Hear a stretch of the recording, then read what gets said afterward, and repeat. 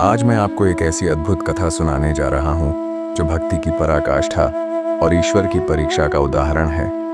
यह कथा एक साधारण व्यक्ति की असाधारण श्रद्धा की कहानी है। यह कथा है सदानंद की, एक निर्धन लेकिन परम शिव भक्त की।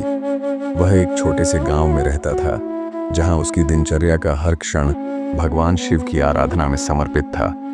सुबह होते ही वह गंगा स्नान करता, फिर पास के शिवालय में जाकर घंटों भगवान के चरणों में बैठा रहता। सदानंद की भक्ति अनन्य थी। उसके पास न अच्छा भोजन था, न धन, न कोई बड़ी आशा, लेकिन उसके होठों पर सदा हर हर महादेव का नाम रहता। जब भी कोई उससे पूछता कि वह इतनी कठिनाइयों में भी मुस्कुराता क्यों है, तो वह केवल इतना कहता, जिसके सिर पर महादेव का हाथ हो उसे और क्या चाहिए। एक दिन भगवान शिव ने माता पार्वती से कहा, देवी, यह भक्त अत्यंत प्रिय है, लेकिन इसकी भक्ति की सच्चाई परखने की इच्छा हो रही है। माता पार्वती मुस्कुराईं, स्वामी, आप तो अंतर्यामी हैं, फिर भी इसकी परीक्षा लेना चाहते हैं। शिव ने कहा, सच्ची भक्ति वही होती है जो कठिनाइयों में अड़िग रहे।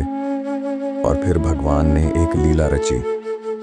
रात के अंधकार में जब सदानंद गहरी नींद में था, अचानक उसका छोटा सा झोंपड़ा जलने लगा। गांव वाले दौड़े, लेकिन कुछ भी नहीं बचा पाए। सदानंद का सब कुछ भस्म हो गया।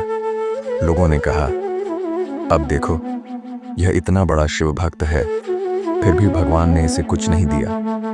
लेकिन सदानंद की आंखों में आंसू नहीं थे।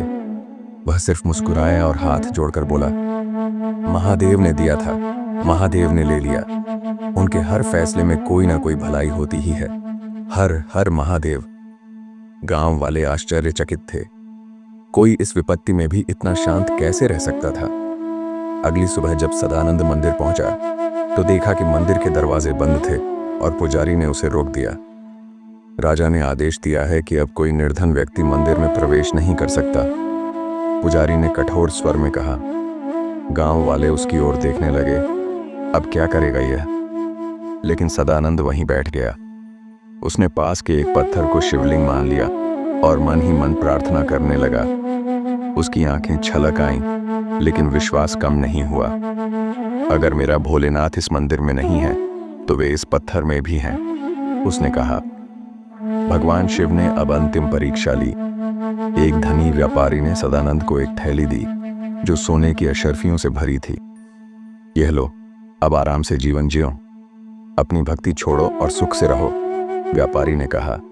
सदानंद ने वह थैली गंगा जी में बहा दी और कहा, मुझे धन नहीं, केवल मेरे भोलेनाथ चाहिए। अगर यह भक्ति ही मेरे पास रहे तो मैं संसार का सबसे धनी व्यक्ति हूं।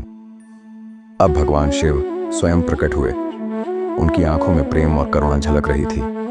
वत्स, तूने हर परीक्षा में अपनी भक्ति सिद्ध कर दी। मां, क्या चाहता है।